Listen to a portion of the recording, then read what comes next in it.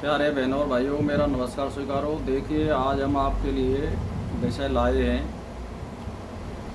विस्तार जड़ का होता है या चेतन का होता है। तो आप समझ लीजिए, यानी ये उत्पत्ति जो करने वाली है वो परमात्मा करता है कि प्रकृति करती है, ये विषय है आज का हमारा। तो देखिए, वेदों का सार है उपनिषद, और उनमें स्पष्ट रूप से उल्लेख है, ब्रह्म ने ही स्वयं अपने को जड़ चेतनात्मक यानी जितने भूत होते हैं इनको प्रकट करके स्वयं इनमें अंतर्यामी होकर के और इनको उत्पन्न किया है, और वो इनसे अलग भी हो गया है। तो उत्पन्न करने वाला 5 तत्वों की आकाश, वायु, अग्नि तत्व और जल और पृथ्वी, इनको इस ब्रह्म चेतन ने ही प्रकट किया है। अब जो ये 5 भूत हैं इनको हम प्रकृति कहते हैं। अब सवाल ये आता है कि उत्पन्न करने वाले ये 5 तत्व या प्रकृति या ब्रह्म चेतन या परमात्मा कौन है।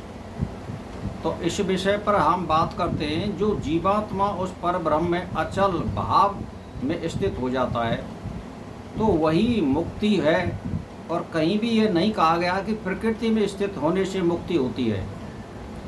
यानी सृष्टि 5 तत्वों के द्वारा उत्पन्न होती है, परंतु इन 5 तत्वों को प्रकृति को बनाने वाला ब्रह्म ही है। और जब हम इनसे लिप्त होते हैं अर्थात संलग्न होते हैं प्रकृति से, जब हम मिलते हैं तब उत्पत्ति आरंभ हो जाती है।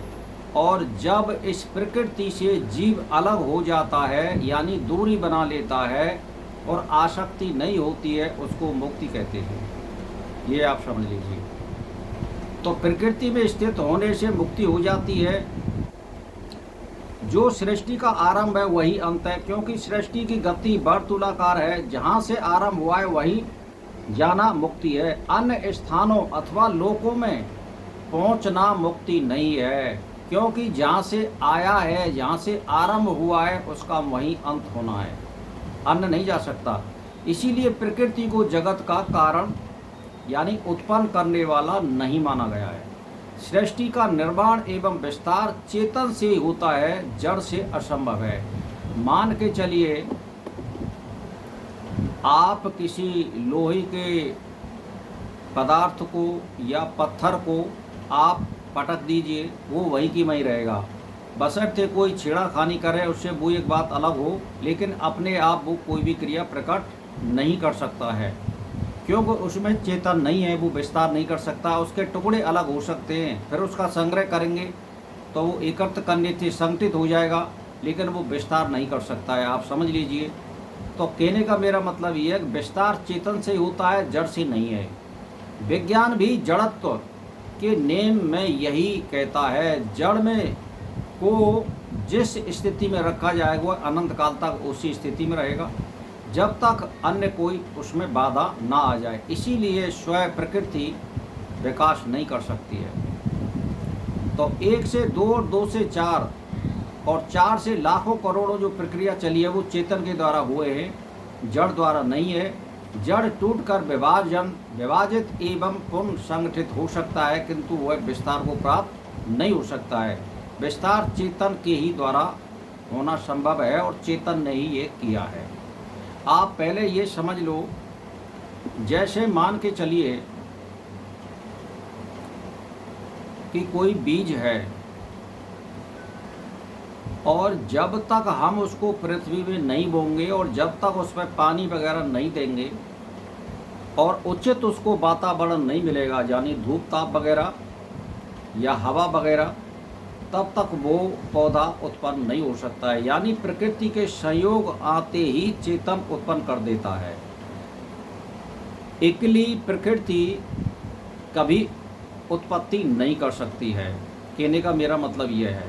तो उत्पन्न करने वाला ब्रह्म है, प्रकृति नहीं कर सकती है। तो इसको समझिए, हम जब इससे दूरी बनाएंगे तो मुक्ति हो जाती है, इच्छाओं से रहित हो जाते हैं और हम एक स्वतंत्र सत्ता को प्राप्त हो जाते हैं। जब इससे जो जो मनुष्य जितना समलिप्त होगा, संलग्न होगा, आसक्ति होगी, वो उतना ही पापमय माना जाएगा।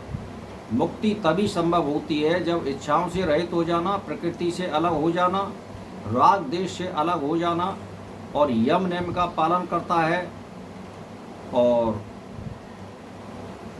आचरण का अपना ध्यान रखता है और वाणी पर संयम करता है और वो किसी का कोई भी पदार्थ नहीं खाता हो, ये भी संभव है। मुक्ति होने वाले के लिए बिना मांगे जो मिल जाता है उसमें उसको संतुष्ट रहना पड़ेगा। मांग कर खाना पाप होता है। क्यों होता है कि ये सभी ग्रंथों में बताया गया कि जिसका तुम खाओगे वो चुकाना पड़ेगा। तो भागवत में ये भी उदाहरण दिया गया है, जो चनान वाला, तो वो सुदामा जी का वो इसीलिए उदाहरण दिया गया है। तो किसी का हम पदार्थ नहीं काट सकते, इसमें बलता है संसार में, किसी का कोई फ्री का नहीं होता है। इसीलिए भाई और बहनों, उसके उपाय में एक ही बात है कि आप उसको ज्ञान दो या कोई जड़ी बूटी द्वारा उसका भलाई करो या उसको सदमार्ग पे लाइए, तब उसका हम धन और अन्न खा सकते हैं। बिल्कुल बेमतलब के अगर अनायास मिल जाता है और बगैर मांगे मिल जाता है, वो सोने में सुगंध है और वो उत्तम है, हम उसको खा सकते हैं, उसमें कोई बाधा नहीं है। तो मैंने बता दिया है आपको प्रकृति और चेतन क्या होता है और किस तरह से मुक्ति होती है और किस तरह से हम इसमें लिप्त होते हैं तो पाप में हो जाते हैं।